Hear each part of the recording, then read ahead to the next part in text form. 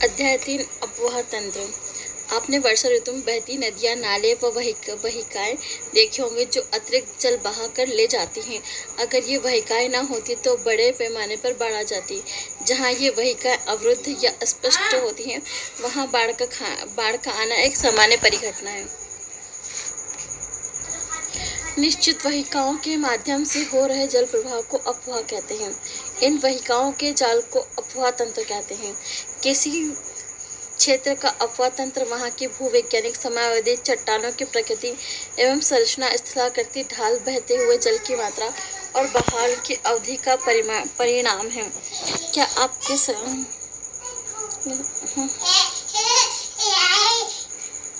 उत्तर में हिमालय तथा दक्षिण में पश्चिमी घाट से निकलने वाली नदियां पूर्व की ओर क्यों बहती हैं? वह बंगाल की खाड़ी में अपना जल विसर्जित क्यों करती हैं? एक विशिष्ट क्षेत्र में अपना जल बहाकर लाती है जिसे जल ग्रहण कैचमेंट कहा जाता है। मुख्य अपवाह प्रतिरूप। जो अपवाह प्रतिरूप पेड़ की शाखाओं के अनुरूप होता है उसे वृक्षाकार प्रतिरूप कहा जाता है। जैसे उत्तरी मैदान की नदियाँ।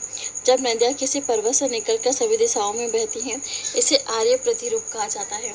अमरकंटक श्रृंखला से निकलने वाली नदियाँ इस अपवाह प्रतिरूप के अच्छे उदाहरण हैं। जब मुख्य नदियाँ एक दूसरे के समांतर बहती हों तो सहायक नदियाँ उनसे समकोण पर मिलती हो, ऐसे प्रतिरूप को जालीनुमा या अपवाह प्रतिरूप कहते हैं। जब सभी दिशाओं में नदियां बहकर किसी झील या गद में विभाजित हो जाती हैं तो ऐसे अपवाह प्रतिरूप को अभिकेंद्री सेंट्रिपिकल प्रतिरूप कहते हैं। एक नदी एवं उसकी सहायक नदियों द्वारा अपवाहित क्षेत्र को अपवाह द्रोणी कहते हैं। एक अपवाह द्रोणी को दूसरे से अलग करने वाली सीमा को जल विभाजक या जल संपर्क कहते हैं। वाटरशेड, जल संपर्क मतलब वाटरशेड। बड़ी नदियों के जल ग्रहण क्षेत्र को नदी द्रोणी, जबकि छोटी नदी के व नालों द्वारा अपवाहित क्षेत्र को जल संपर्क कहा जाता है। नदी द्रोणी का आकार बड़ा होता है जबकि जल संपर्क का आकार छोटा होता है। नदी द्रोणी व जल संपर्क एकता के परिचायक है। इनके एक भाग में परिवर्तन का प्रभाव और अन्य भाग में पूर्ण क्षेत्र देखा जा सकता है, इसलिए इन्हें सूक्ष्म, मध्यम व वृहत नियोजन इकाइयों व क्षेत्रों के रूप में लिया जा सकता है। भारतीय अपवाह तंत्र को विभिन्न आधारों पर वर्गीकृत किया जा सकता है। समुद्र में जल विसर्जन के आधार पर इसे 2 समूहों में बांटा जा सकता है। पहला अरब सागर का अपवाह तंत्र, दूसरा बंगाल की खाड़ी का अपवाह तंत्र। यह अपवाह तंत्र दिल्ली, कटक, अरावली, सह्याद्री द्वारा विलग किए जाते हैं।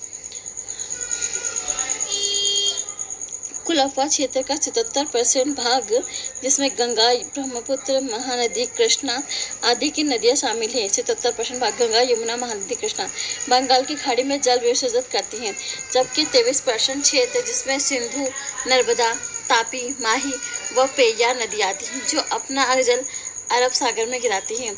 जल संपर्क के क्षेत्र के आधार पर भारतीय अपवाह द्रोणी को 3 भागों में बांटा गया है। पहला, प्रमुख अपवाह द्रोणी, जिनका अपवाह क्षेत्र 20,000 वर्ग किलोमीटर से अधिक है। इसमें 14 नदी द्रोणियां शामिल हैं, जैसे गंगा, ब्रह्मपुत्र, कृष्णा, ताप्ती, नर्मदा, माही, पेन्नार, साबरमती, बराक आदि। दूसरी, मध्यम क्षेत्र की द्रोणी, जिनका अपवाह क्षेत्र 3,000 से 2,000 वर्ग किलोमीटर है, जिसमें 44 नदी द्रोणियां हैं, जिसमें कालिंदी, पेरियार, मेघना आदि। लघु नदी द्रोणी, जिसका अपवाह क्षेत्र 2,000 वर्ग किलोमीटर से कम है। इसमें न्यून वर्षा के क्षेत्र में बहने वाली बहुत सी नदियां शामिल हैं। नदियों का उद्गम स्रोत हिमालय पर्वत है। वे अपना जल बंगाल की खाड़ी अब अरब सागर में विसर्जित करती हैं। उत्तर भारत की इन नदियों की पहचान कीजिए। प्रायद्वीपीय भारत की सबसे बड़ी नदियाँ उद्गम स्थल पश्चिमी घाट है। प्रायद्वीपीय भारत की बड़ी नदियों का उद्गम स्थल पश्चिमी घाट है और ये नदियाँ बंगाल खाड़ी में विसर्जन करती हैं। दक्षिण भारत में इन नदियों को भी पहचान कीजिए। नर्मदा और ताप्ती दो बड़ी नदियों इसके अपवाद हैं। ये अनेक छोटी नदियाँ अपना जल अरब सागर में विसर्जित करती हैं। पश्चिमी तटीय क्षेत्र को कोकण से मालाबार तट तक बहने वाली नदियों के नाम बताइए। उद्गम के प्रकार, प्रकृति विशेषताओं के आधार पर भारतीय अपवाद तंत्र को हिमालय अपवाद तंत्र, प्रायद्वीपीय अपवाद तंत्र में विभाजित किया जा सकता है। यद्यपि यह विभाजन योजना में चंबल, बेतवा, सोन आदि नदियों के वर्गीकरण में समस्या उत्पन्न करती है, क्योंकि उत्पत्ति व आयु में यह हिमालय से निकलने वाली नदियों से भी पुरानी है। फिर भी यह अपवाद तंत्र वर्गीकरण का सर्वाधिक मान्य आधार है। इस पुस्तक में इसी का अनुसरण किया गया है। भारत में अपवाद तंत्र उद्गम के आधार पर हिमालय, प्रायद्वीपीय अपवाद तंत्र। भारतीय अपवाद तंत्र में अनेक छोटी बड़ी नदियां शामिल हैं। ये 3 बड़ी भू आकृतिक इकाइयों की उद्विकास प्रक्रिया व वृषण की प्रक्रिया व लक्ष्यों के परिणाम स्वरूप उत्पन्न हुई। हिमालयी अपवाद तंत्र भूगर्भिक इतिहास के एक लंबे दौर में विकसित हुआ है, जिसमें मुख्यतः गंगा, सिंधु, ब्रह्मपुत्र आदि द्रोणियां शामिल हैं। यहाँ की नदियाँ 12मासी हैं, क्योंकि यह बर्फ पिघलने व वर्षण दोनों पर निर्भर है। ये नदियाँ गहरे महाखड्डों गॉर्जेस से गुजरती हैं। ये हिमालय के उत्थान के साथ साथ अपरदन क्रिया द्वारा निर्मित है। महाखड्डों के अतिरिक्त ये नदियाँ अपने पर्वतीय मार्ग, वी आकार की घाटियाँ, छिप्रिकाएँ और जलप्रपात भी बनाती हैं। जब ये मैदान में प्रवेश करती है तो निक्षेपात्मक आकृतियाँ जैसे समतल घाटियाँ, बाढ़ग्रस्त मैदान, गुम्फित वाहिकाएं नदी के मुहाने पर डेल्टा का निर्माण करती हैं। हिमालय क्षेत्र में इन नदियों का रास्ता टेढ़ा मेढ़ा होता है, परंतु मैदानी क्षेत्र में इनमें सर्पाकार मार्ग में बहने की प्रवृत्ति पाई जाती है और अपना रास्ता बदलती रहती है। कौसी नदी, जिसे बिहार का शोर ऑफ बिहार कहा जाता है, अपना मार्ग बदलने के लिए कुख्यात रही है। यह नदी पर्वतों के ऊपरी क्षेत्रों में भारी मात्रा में अवसाद लाकर मैदानी भाग में जमा करती है। कोसी नदी ऊपरी पर्वतीय क्षेत्र में इतना भारी मात्रा में अवसाद क्यों लाती है?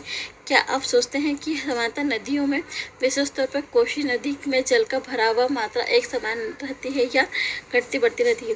नदी में कब जल की मात्रा अत्यधिक होती है? बाढ़ के सकारात्मक नकारात्मक प्रभाव क्या है? हिमालय पर्वतीय अपवाद तंत्र का विकास। हिमालय पर्वतीय नदियों का विकास के बारे में मतभेद है। यद्यपि भूवैज्ञानिक मानते हैं कि मायोसीन कल्प में लगभग 2.4 करोड़ से 50 लाख वर्ष पहले एक विशाल नदी, जिसे शिवालिक या इंडो ब्रह्मा कहा जाता था, हिमालय के संपूर्ण अनुदैर्ध्य विस्तार के साथ असम से पंजाब तक बहती थी। अंततः में निचले पंजाब के पास सिंध की खाड़ी में अपना जल पानी विसर्जित करती थी। भूवैज्ञानिक काल पार्किंग के लिए बहुत करती थी। शिवालिक पहाड़ियों की असाधारण निरंतरता और सरोवरी उद्गम इसका जलोढ़ विक्षेप से बना हुआ था, जिसमें रेत, मृत्तिका, चिकनी मिट्टी, गोलाश्रम, कोलांग्रोमेट शामिल है। इस धारणा को पुष्टि करते हैं। ऐसा माना जाता है कि कालांतर में इंडो ब्रह्मा नदी 3 मुख्य अपवाद तंत्र में बढ़ गई थी। पश्चिम में सिंध, इसकी 5 सहायक नदियाँ। दूसरा, मध्य में गंगा और हिमालय से निकलने वाली इसके 60 नदियाँ। चौथा, पूर्व में ब्रह्मपुत्र का भाग, जिसमें हिमालय से निकलने वाली देवा सहायक नदियाँ। विशाल नदी इस विभाजन संभवतः प्लेटो कान में हिमालय के पश्चिमी भाग व पोटवार पठार दिल्ली रेंज के उत्थान के कारण हुआ। यह क्षेत्र सिंधु व गंगा अपवाद तंत्र के बीच जल विभाजक बन गया। इसी प्रकार मध्य प्लेटोसीन काल में राजमहल पहाड़ी और मेघालय पठार के मध्य स्थित मालदा गैप में अधोक्षेपण हुआ, जिससे गंगा और ब्रह्मपुत्र नदी तंत्रों का दिक् परिवर्तन हुआ और वे बंगाल की खाड़ी की ओर प्रभावित हुए। हिमालय अपवाद तंत्र की नदियाँ। सिंधु नदी तंत्र, यह विश्व की सबसे बड़ी नदी द्रोणी में से एक है, जिसका क्षेत्रफल 11,65,000 वर्ग किलोमीटर है, जिसकी लंबाई 3,21,290 वर्ग किलोमीटर है, जिसकी कुल लंबाई 2,880 किलोमीटर है। भारत में इसकी लंबाई 1,114 किलोमीटर है। भारत में हिमालय नदियों के सबसे पश्चिम में इसका उद्गम तिब्बत क्षेत्र के कैलाश मानसरोवर श्रेणी के बोखरचू के निकट हिमनद से होता है। 4,164 मीटर की ऊंचाई पर स्थित है। तिब्बत में इसे सिंगी खमान अथवा शेर के मुख कहते हैं। लद्दाख व जास्कर श्रेणियों के बीच में उत्तर पश्चिमी दिशा में बहती हुई लद्दाख और बलूचिस्तान से गुजरती है। लद्दाख श्रेणी को काटते हुए यह जम्मू और कश्मीर में गिलगित के समीप एक दक्षिणी महाखंड का निर्माण करती है। यह पाकिस्तान में चिल्लस के पास दर्दिस्तान प्रदेश में प्रवेश करती है और मानचित्र में इसकी रेखा करती है। सिंधु नदी की बहुत सी सहायक नदियां हिमालय पर्वत से निकलती हैं, जैसे श्योक, गिलगित, जास्कर, हुंजा, नुब्रा, शिकार, कास्टिंग व दाश। अंततः ये नदी अटक से निकट पहाड़ियों से बाहर निकलती है, जहां दाहिने तट पर काबुल पर इसमें मिलती है। इसके दाहिने तट पर मिलने वाली अन्य मुख्य सहायक नदियां खुर्रम, तोची, गोमल, बिबुआ और शंकर है। यह सभी नदियां सुलेमान श्रेणियों से निकलती हैं। यह नदी दक्षिण की ओर बहती हुई मिठानकोट के पास पंचनद का जल प्राप्त करती है। पंचनद का नाम पंजाब की 5 प्रमुख नदियों सतलज, व्यास, रावी, चिनाब और झेलम को दिया गया है। अंत में सिंधु नदी कराची के पूर्व में अरब सागर में जा गिरती है। भारत में सिंधु जम्मू और कश्मीर राज्य में बहती है। झेलम, जो सिंधु की महत्वपूर्ण सहायक नदी है, कश्मीर घाटी के दक्षिण पूर्वी भाग में पीर पंजाल में स्थित वेरीनाग झील से निकलती है। पाकिस्तान में प्रवेश करने से पहले यह नदी श्रीनगर व वुलर में बहते हुए एक तंग व गहरे महाखड्ड से गुजरती है। पाकिस्तान छंग के निकट यह चेनाब नदी में मिल जाती है। चेनाब सिंधु की सबसे बड़ी सहायक नदी है।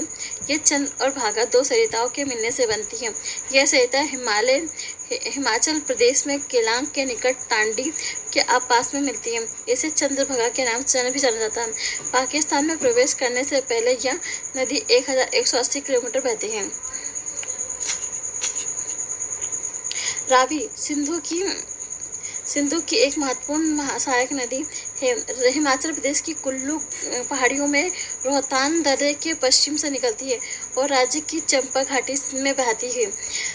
पाकिस्तान में प्रवेश करने से पहले सराय हिंदू के निकट चेनाब नदी में मिलने से पहले यह नदी पीर पंजाब के दक्षिण पूर्वी भाग और धौलाधर के बीच प्रदेश में प्रभावित होती है।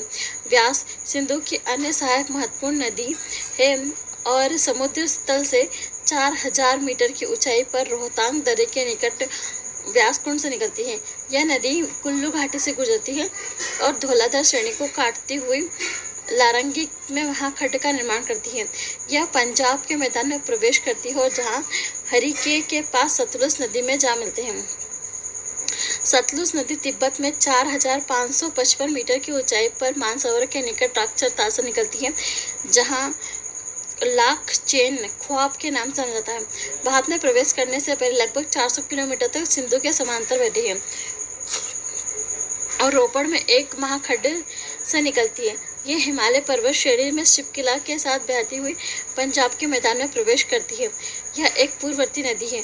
यह एक अत्यंत महत्वपूर्ण सहायक नदी है क्योंकि यह भागड़ नाखला परियोजना के नहर तंत्र का पोषण करती है। गंगा नदी तंत्र अपनी द्रोणी और सांस्कृतिक महत्व दोनों की दृष्टिकोण से गंगा भारत की सबसे महत्वपूर्ण नदी है। यह नदी उत्तराखंड राज्य के उत्तरकाशी जिले में गोमुख के निकट गंगोत्री हिमनद से 3900 मीटर की ऊंचाई से निकलती है। यह यहाँ भारतीय भागीरथी के नाम से जानी जाती है। यह मध्य व लघु हिमालय श्रेणी को काट कर तंग महाखड्डों से होकर गुजरती है। देवप्रयाग में भागीरथी अलकनंदा से मिलती है और इसके बाद गंगा कहलाती है। अलकनंदा नदी का स्रोत बद्रीनाथ के ऊपर सतोपथ हिमनद है। ये अलकनंदा, धौली और विष्णु गंगा धाराओं से मिलकर बनती है, जो जोशीमठ या विष्णु प्रयाग में मिलती है। अलकनंदा की अन्य सहायक नदी पिंडार है, जो कर्णप्रयाग में मिलती है, जबकि मंदाकिनी या काली गंगा इससे रुद्रप्रयाग में मिलती है। गंगा नदी हरिद्वार में मैदान में प्रवेश करती है। यहाँ से यह पहले दक्षिण की ओर, फिर दक्षिण पूर्व की ओर और फिर पूर्व की ओर बहती है। अंत में यह दक्षिण मुखी होकर 2 जल वितरिकाओं भागीरथी और पद्मा विभाजित होते। इस नदी की लंबाई 25 किलोमीटर है।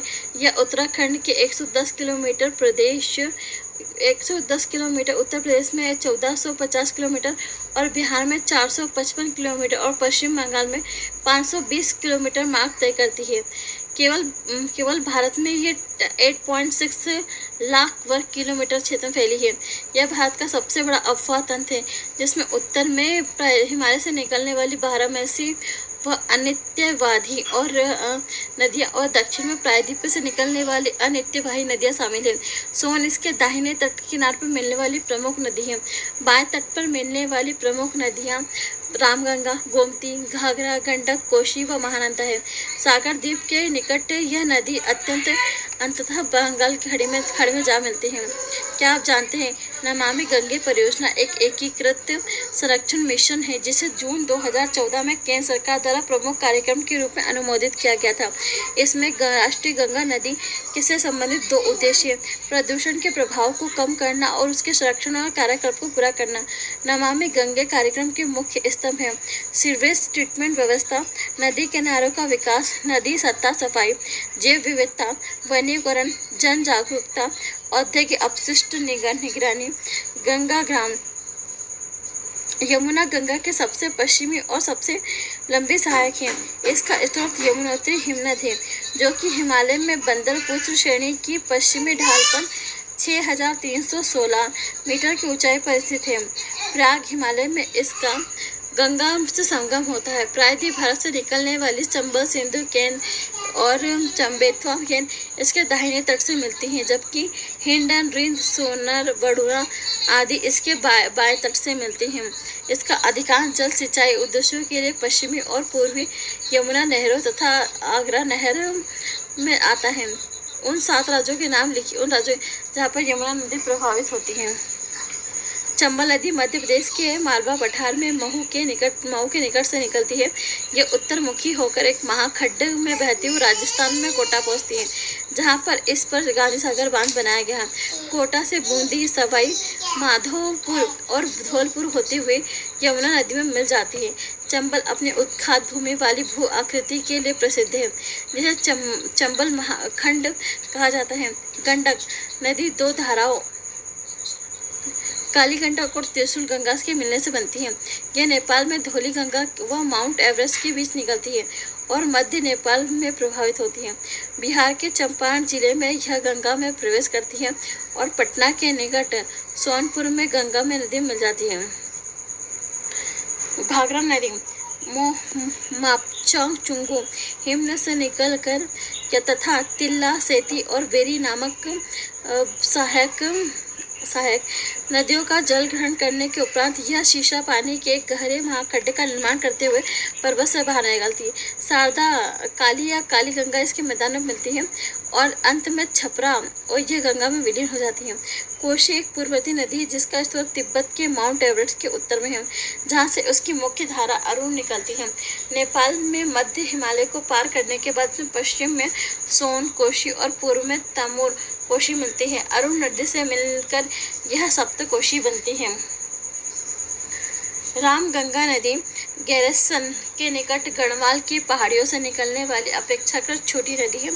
शिवालिक को पार करने के बाद वह अपना मार्ग दक्षिण पश्चिम दिशा की ओर बनाती है और उत्तर प्रदेश में नजीबाबाद के निकट मैदान में प्रवेश करती है और अंत में कन्नौज के निकट यह गंगा नदी में मिल जाती है। छोटा नागपुर पठार के पूर्वी किनारों पर दामोदर नदी बहती है। भ्रंश घाटी में बहती हुई हुगली नदी में गिरती है। बराकर की एक प्रमुख सहायक नदी है। कभी बंगाल का सोर ऑफ बंगाल कहीं जाने वाली नदियाँ दामोदर घाटी कॉर्पोरेशन नामक एक बहुप्रदर्शनी में वश में कर लिया गया है। शारदा और सरयू का उद्गम स्थल नेपाल में मिलाम हिमनद में है, जहाँ से इसे गौरी गंगा के नाम से जाना जाता है। यह भारत नेपाल सीमा के साथ बहती हुई इसे काली या च्वाई कहा जाता है, घाघरा नदी में मिल जाती है। गंगा नदी की एक महत्वपूर्ण सहायक नदी महानंदा है, जो दार्जिलिंग पहाड़ियों से निकलती है। यह नदी पश्चिम बंगाल में गंगा के बाएं तट से मिलने वाली अंतिम सहायक नदी है। गंगा के दक्षिण पर सोन एक बड़ी सहायक नदी है, जो अमरकंटक पठार से निकलती है। पठार में उत्तरी किनारे पर जलप्रपातों की श्रृंखला बनती है और यह नदी पटना के पश्चिम में आरा के पास विलीन हो जाती है। ब्रह्मपुत्र नदी तंत्र विश्व की सबसे बड़ी नदियों में से ब्रह्मपुत्र का उद्गम कैलाश पर्वत श्रेणी में मानसरोवर झील के निकट चेमायुंगडुंग हिमनद से है। यहाँ के पूर्व दिशा में अनुदैर्ध्य रूप में बहती हुई दक्षिण तिब्बत के शुष्क व समतल में मैदान में बहते हुए लगभग 1200 किलोमीटर की दूरी तय करती है, जहां इसे सांगपो टिक्सपो के नाम से जाना जाता है, जिसका अर्थ है सौदक। तिब्बत के रांगो सांपो इसके दाहिने तट पर एक प्रमुख सहायक नदी है। मध्य हिमालय में नामचा बरवा 7,755 मीटर के निकट एक गहरे महाखड्ड का निर्माण करती है। यह एक प्रक्षुब्ध व तेज बहाव वाली नदी के रूप में बाहर निकलती है। हिमालय के गिरिपद में यह शीशन और दिशंग के नाम से निकलती है। अरुणाचल प्रदेश में शर्दिया कस्बे के पश्चिम में यह नदी भारत में प्रवेश करती है। दक्षिण पश्चिम दिशा में बहते हुए इसके बाएं तट पर इसकी प्रमुख सहायक नदियां दिबांग या सिंकांग और लोहित मिलती हैं और इसके बाद यह नदी ब्रह्मपुत्र के नाम से जानी जाती है। असम घाटी में अपनी 750 किलोमीटर की यात्रा ब्रह्मपुत्र में असंख्य सहायक नदियों में आकर मिलती हैं। इसके बाएं तट की प्रमुख सहायक नदियां बूढ़ी गंडक धनसिरी हैं, जबकि बाएं तट में मिलने वाली प्रमुख सहायक नदियां सुबनसिरी, कामेंग, मानस, संकोश हैं। सुबनसिरी, जिसका उद्गम तिब्बत में है, एक पूर्ववर्ती नदी है। ब्रह्मपुत्र नदी बांग्लादेश में प्रवेश करती है और फिर दक्षिण दिशा में बहती है। बांग्लादेश में यह जमुना कहलाती है और तीस्ता नदी इसके दाहिने किनारे से मिलती है। अंत में यह नदी पद्मा के नाम के साथ मिलकर बंगाल की खाड़ी में जा गिरती है। ब्रह्मपुत्र नदी बाढ़, मार्ग परिवर्तन और तटीय अपवेदन के लिए जानी जाती है। ऐसा इसलिए है क्योंकि इसमें इसकी अधिकतर सहायक नदियाँ बड़ी हैं और इनसे जल ग्रहण क्षेत्र में भारी वर्षा के कारण इनमें अत्यधिक अवसाद बहकर आ जाता है। प्रायद्वीपीय अफवाह तंत्र प्रायद्वीपीय अफवाह तंत्र हिमालय अफवाह तंत्र से पुराना है और यह तथ्य नदियों की पूर्ण अवस्था और नदियों घाटियों के चौड़ा और उथला होने की से प्रमाणित है। पश्चिमी तट के समीप स्थित पश्चिमी घाट बंगाल खाड़ी में गिरने वाले प्रायद्वीपीय नदियों और अरब सागर में गिरने वाली छोटी नदियों के बीच जल विभाजक का कार्य करता है। नर्मदा और ताप्ती को छोड़कर अधिकतर प्रायद्वीपीय नदियाँ पश्चिम में पूर्व की ओर बहती हैं। प्रायद्वीपीय के उत्तरी भाग से निकलने वाली चंबल, सिंध, बेतवा, केन, सोन सभी गंगा की नदी का तंत्र है। प्रायद्वीप के अन्य प्रमुख नदी तंत्र महानदी, गोदावरी, कृष्णा और कावेरी हैं। प्रायद्वीपीय नदियों की विशेषता यह है कि यह सुनिश्चित मार्ग पर चलती है, विषय पर नहीं बनाती है और बारहमासी नहीं। यद्यपि भ्रंश नदियों में बहने वाली नर्मदा और ताप्ती इसका अपवाद है।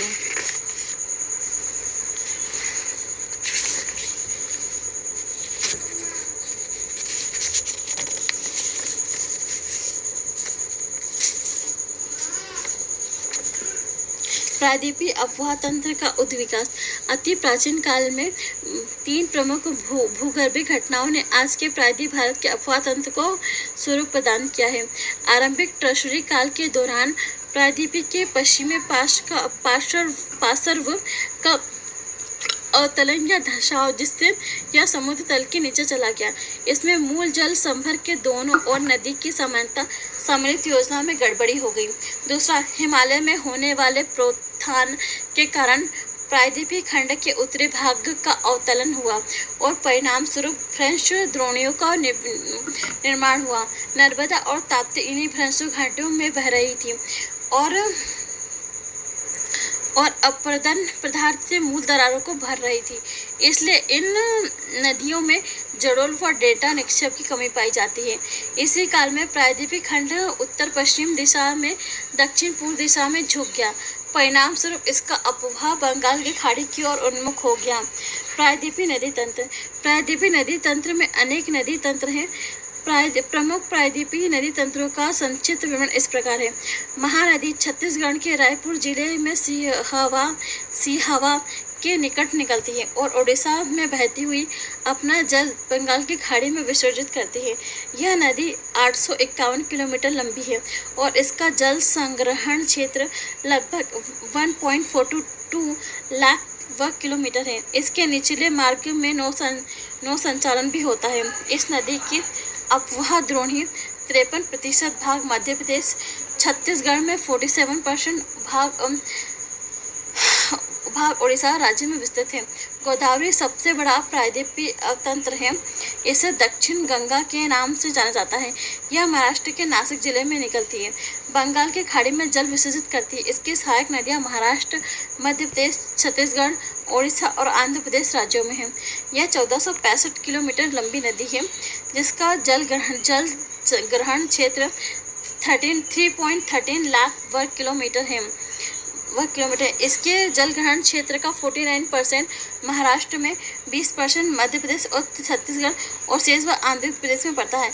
इसकी मुख्य सहायक नदियों में पेनगंगा, इंद्रावती, प्राणहिता और मंजरा है। पोलावरम के दक्षिण में, जहां इसके मार्ग के निचले भागों में भारी बाढ़ें आती हैं, गोदावरी एक सुदृश्य प्रपात की रचना करती है।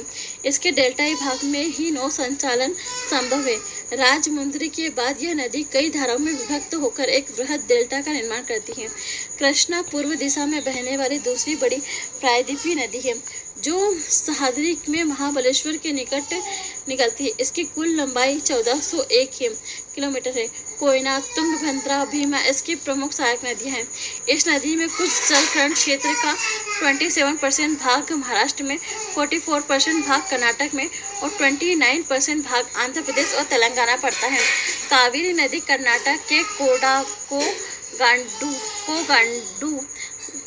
कोगाडू जिले में ब्रह्मगिरी पहाड़ियों 1411 किलोमीटर से निकलती है। इसकी लंबाई 800 किलोमीटर और यह 81.155 वर्ग किलोमीटर क्षेत्र अपवाहित करती है। प्रायद्वीपीय की अन्य नदियों की अपेक्षा कम उतार चढ़ाव के साथ यह नदी लगभग सारा साल भर बहती है, क्योंकि इसी के ऊपरी जल ग्रहण क्षेत्र में दक्षिण पश्चिम मानसून गर्मी और निम्न क्षेत्रों में उत्तर पूर्वी मानसून सर्दी में वर्षा होती है। इस नदी द्रोणी का 3% भाग केरल और 41% भाग कर्नाटक में और 56% भाग तमिलनाडु में पड़ता है। इसकी महत्वपूर्ण सहायक नदियां काबिनी, भवानी, अमरावती हैं। नर्मदा नदी अमरकंटक पठार के पश्चिमी पार्श्व से लगभग 1057 मीटर की ऊंचाई से निकलती है। दक्षिण में सतपुड़ा और उत्तर में विंध्याचल श्रेणियों के मध्य यह भ्रंश घाटियों से बहती हुई संगमरमर की चट्टानों में खूबसूरत महाखड्ड और जम्बूलपुर के निकट धुआंधार जलप्रपात बनाती है। लगभग 1312 किलोमीटर की दूरी पर बहने के बाद यह भड़ोची के निकट दक्षिण में अरब सागर से मिलती है। यह 27 किलोमीटर लंबा ज्वारनदमुख बनाती है। सरदार सरोवर नदियाँ इसी नदी में बनाई गई हैं। सरदार सरोवर परियोजना इसी नदी में बनाई गई है। नर्मदा नदी के संरक्षण के लिए प्रारंभ की गई योजना नमामि देवी नर्मदे एक यात्रा के विषय में जानकारी एकत्र करें और आपस में चर्चा करें। तापी पश्चिम दिशा में बहने वाली एक अन्य महत्वपूर्ण नदी है, जो मध्य प्रदेश में बैतूल जिले के मुल्ताई से निकलती है। यह 724 किलोमीटर लंबी नदी है और लगभग 65,145 वर्ग किलोमीटर क्षेत्र को अपवाहित करती हैं। इसके अपवाह क्षेत्र को 79% भाग महाराष्ट्र में, 15% भाग मध्य प्रदेश में और शेष 6% भाग गुजरात में पड़ता है। अरावली के पश्चिम में लूनी राजस्थान का सबसे बड़ा नदी तंत्र है। यह पुष्कर के समीप दो धाराओं सरस्वती और सागमती के रूप में उत्पन्न होती है। गोविंदगढ़ के पास के निकट आपस में मिल जाती है। यहीं से यह नदी अरावली पहाड़ियों से निकलती है और लूनी कहलाती है। तलवाड़ा तक यह पश्चिम दिशा में बहती है और तत्पश्चात दक्षिण पश्चिम दिशा में बहती हुई कच्छ के रन में जा मिलती है और यह संपूर्ण नदी तंत्र अल्पकालिक है। पश्चिम की ओर बहने वाली छोटी नदियाँ, अरब सागर की ओर बहने वाली नदियों का जल मार्ग, इनका मार्ग छोटा क्यों है? गुजरात की छोटी नदियों को ढूंढे। सेतरुनिजी एक ऐसी नदी है जो अमरावली जिले में ढंढकुआं से निकलती है। भद्रा नदी राजकोट जिले के अनाली गांव के निकट निकलती है। ढाढा नदी पंचविलेज के कटार गांव से निकलती है। साबरमती और शाही गुजरात की दो प्रसिद्ध नदियां हैं। नासिक जिले के त्रिम्बक पहाड़ियों में से 670 मीटर की ऊंचाई पर वैतरणी नदी निकलती है। कालिंदी नदी बेलगांव जिले से निकलकर कारवाड़ की खाड़ी में गिरती है। बैतरी नदी हुबली धारवाड़ से निकलती है और 661 किलोमीटर के लंबा मार्ग तय करती है। शरावती पश्चिम की ओर बहने वाली कर्नाटक की एक अन्य महत्वपूर्ण नदी है। शरावती कर्नाटक के शिमोगा जिले से निकलती है और इसका जल ग्रहण क्षेत्र 2209 वर्ग किलोमीटर है। गोवा में दो महत्वपूर्ण नदियां हैं जिनका यहाँ उल्लेख किया जा सकता है। एक का नाम मांडवी है और दूसरा का नाम जुआरी है। केरल की तटरेखा छोटी है। केरल की सबसे बड़ी नदी भरतपुझा अन्नामलाई पहाड़ियों से निकलती है। ये पोनानी के नाम से भी जाना जाता है। यह लगभग 5397 वर्ग किलोमीटर क्षेत्र को अपवाहित करती है। इसके जलग्रहण क्षेत्र की तुलना कर्नाटक के शरावती नदी के जलग्रहण के क्षेत्र से कीजिए। पेरियार केरल की दूसरी सबसे बड़ी नदी है। इसका जल ग्रहण क्षेत्र लगभग 5243 वर्ग किलोमीटर में फैला हुआ है। आप देख सकते हैं कि यथा पुंस्ता पेरियार और नदियों के जल ग्रहण क्षेत्र बहुत कम है। केरल की अन्य नदी पांबा है जो उत्तरी केरल में 177 किलोमीटर लंबा मार्ग तय करते हुए वेवनाथ झील में जा गिरती हैं। पूर्व की ओर बहने वाली नदियाँ प्रायद्वीप में बहुत बड़ी संख्या में नदियाँ अपनी सहायक नदियों के साथ पूर्व की ओर प्रभावित होती हैं। इनमें के कुछ के नाम आप बता सकते। कुछ छोटी नदियाँ बंगाल खंड में थी। छोटी होने के बावजूद इन नदियों का अपना महत्व है। स्वर्णरेखा, बैतरणी, ब्राह्मणी, वामसा धारा, पेनर, पलार, वेगई महत्वपूर्ण नदियाँ हैं।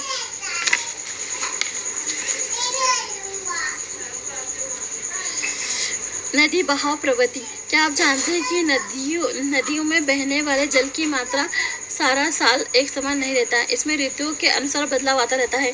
किस ऋतु में बदलाव आता रहता है। एक नदी के चैनल को वर्षव्यापी जल प्रवाह के प्रभाव को प्रवाह प्रवृत्ति कहा जाता है। एक नदी के चैनल में वर्ष पर्यंत जल प्रवाह के प्रारूप को नदी प्रवाह प्रवृत्ति कहा जाता है। रिवर रिजिम कहा जाता है। उत्तर भारत की हिमालय नदी से निकलने वाली नदियां बारहमासी हैं क्योंकि अपना जल बर्फ पिघलने तथा वर्षा से प्राप्त करती हैं। दक्षिण भारत की नदियां भीम नदियों से नहीं निकलती जिनकी बहाव प्रकृति में उतार चढ़ाव देखा जा सकता है। इनका बहाव मानसून ऋतु में काफ़ी ज़्यादा बढ़ जाता है। इस प्रकार से दक्षिण भारत की नदियों का बहाव की प्रकृति वर्षा के दौरान नियंत्रित होती है। प्रायद्वीप भारत के एक स्थान से दूसरे स्थान पर भिन्न होती है। जल विसर्जन डिस्चार्ज नदी के समय अनुसार जल प्रवाह के आयतन का माप है जिसे क्यूसेक या क्यूमेक्स। क्यूसेक मतलब क्यूबिक फुट प्रति सेकंड या क्यूमेक्स क्यूबिक मीटर प्रति सेकंड में मापा जाता है। गंगा नदी में न्यूनतम जल प्रवाह जनवरी से जून की अवधि के दौरान होता है। अधिकतम प्रवाह अगस्त या सितंबर से प्राप्त होता है। सितंबर के बाद प्रवाह में लगातार कमी होती चली जाती है। इस प्रकार इस नदी की वर्षा ऋतु में जल प्रवाह की प्रवृत्ति मानसूनी होती है। गंगा द्रोणी पूर्वी और पश्चिम भागों में जल प्रवाह प्रवृत्ति के चुकाने में अंतर नजर आते हैं। बर्फ पिघलने के कारण गंगा नदी का प्रवाह मानसून आने से पहले ही काफ़ी बड़ा होता है। फरक्का में गंगा नदी का औसत अधिकतम जल प्रवाह 55,000 क्यूसेक है जबकि न्यूनतम औसत केवल 1300 क्यूसेक से। जल प्रवाह में इतने अधिक अंतर के लिए कौन से कारक उत्तर है। प्रायद्वीप की दो नदियों के प्रवाह प्रवृत्ति हिमालय नदियों की तुलना में रोचक अंतर प्रस्तुत करते हैं। नर्मदा नदी में जल विभाजन का स्तर जनवरी से जुलाई के माह पर बहुत कम दिखता है लेकिन अगस्त में इस नदी का जल प्रवाह अधिकतम हो जाता है तो यह अचानक उफान पर आ जाती है। अक्टूबर महीने में बहाव की गिरावट उतनी ही महत्वपूर्ण है जितना कि अगस्त में उफान। गरुड़ेश्वर में दर्ज की गई इस नदी बहाव के आंकड़े बताते हैं कि इसका अधिकतम बहाव 2300 क्यूसेक और न्यूनतम बहाव 1200 क्यूसेक्स है। गोदावरी में न्यूनतम प्रवाह मई और अधिकतम प्रवाह जुलाई अगस्त में होता है। अगस्त माह के पश्चात उनके प्रवाह में भारी कमी आती है लेकिन फिर भी अक्टूबर और नवंबर में प्रवाह का आयतन जनवरी से मई तक किसी भी माह की तुलना में अधिक रहता है। पोल्लावरम में गोदावरी नदी का औसत अधिकतम विसर्जन 3200 क्यूसेक और न्यूनतम औसत केवल 50 क्यूसेक होता है। ये आंकड़े नदी की प्रवाह प्रकृति की जानकारी देते हैं।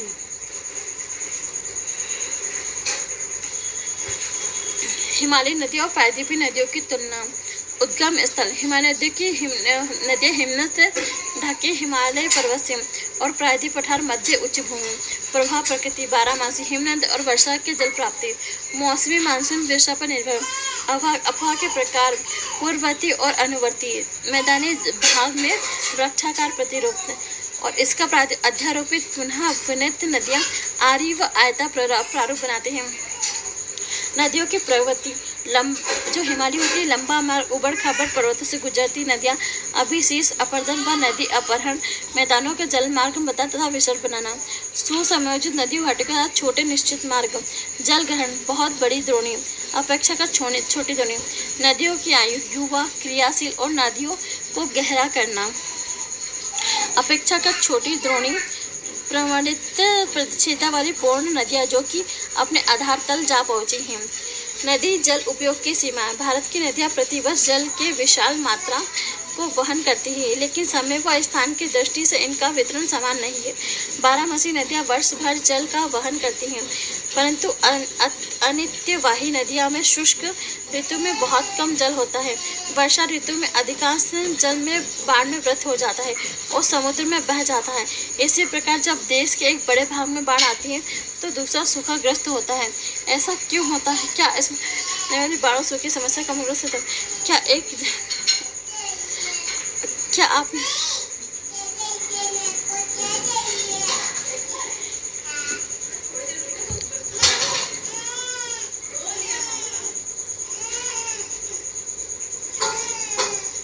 नदी के जल उपयोग संबंधी प्राप्त जल में जल उपलब्ध न होना। नदी जल प्रदूषण। नदी जल में गाद ऋतु जल का असमान प्रभाव। नदियों के बीच नदी जल विवाद मुख्य धारा और की वस्तुओं के विस्तार के कारण नदी वर्ग। नदियाँ प्रदूषित क्यों हैं? क्या आप शहरों को गंदे पानी से लिखते हुए देखा होगा? औद्योगिक कूड़ा करकट कहाँ डाला जाता है? बहुत से शमशान घाट नदी किनारे हैं। कई बार मृत शरीरों को नदियों में डाला जाता है। कुछ फूलों मर्तियों और स्नान कपड़े धोना प्रदूषण। यमुना सफाई अभियान के विषय में पढ़ा होगा। सामग्री एकत्रित करें। ठीक है, खत्म हो गया।